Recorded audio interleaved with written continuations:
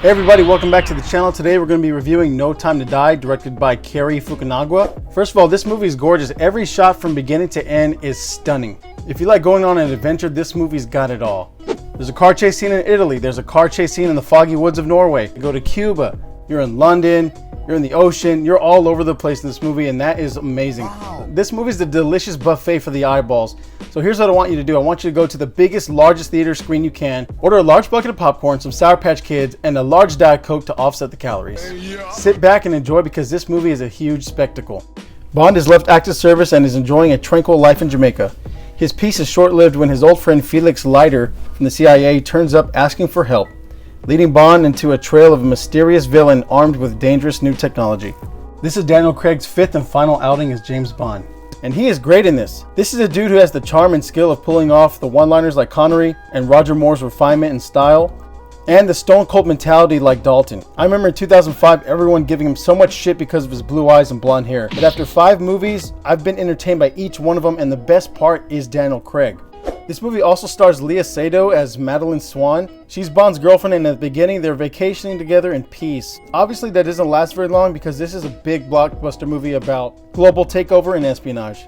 I love the emotion she brings to the table. She's damaged and wounded, and in the Craig era, that's what sets the Bond girls apart because she's more complex and interesting. I also noticed that she doesn't wear anything sexy. Out of all the Bond girls, I would say she's the most normal. Well, I mean, outside the fact that her father's a killer and her lover's a killer, she's pretty normal. Do it.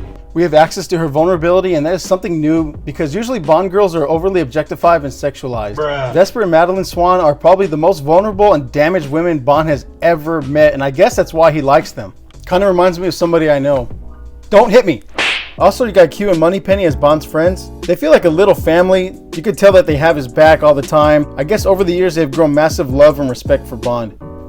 I also like how grounded Q's gadgets are. Like, he gives Bond a watch that does like an EMP, and it's really grounded and more realistic, and I really like that.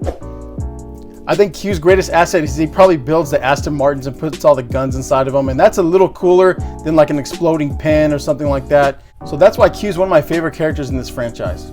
Also, you have Lashana Lynch, and yes, she's the first female 007, which was a big controversy in the marketing of this movie. And you know what?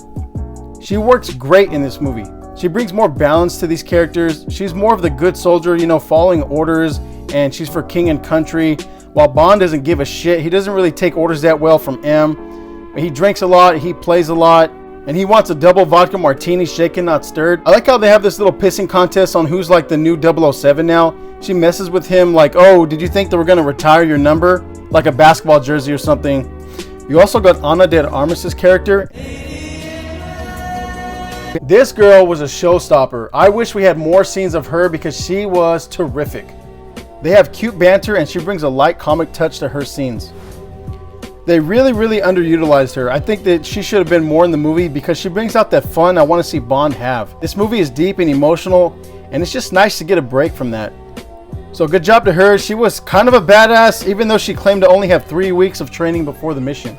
Rami Malek's character as the villain was a little forgettable. He has scars and he has a weird look and he wants to destroy human life, so he matches sort of the Bond tropes that we're used to, but they went in a different direction with him than I thought. So let's get into my final thoughts of the movie.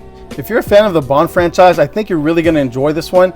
It's got all the trappings of a 007 movie, plus a lot of heart. It has romance, it has Aston Martins, it has guns, it has fights. This story allows Daniel Craig to shine and gives him one more spectacle of glory.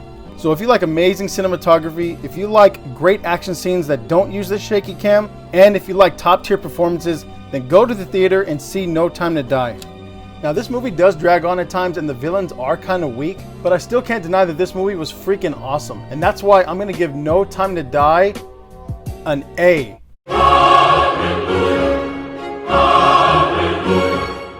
Guys, thank you for returning to the channel. The channel's growing. We're getting more and more subscribers. I'm so excited for the next movie, which is going to be Dune. Well, that's going to do it for today, guys. Thank you so much. Take care of yourself. God bless, and we will see you on the next one.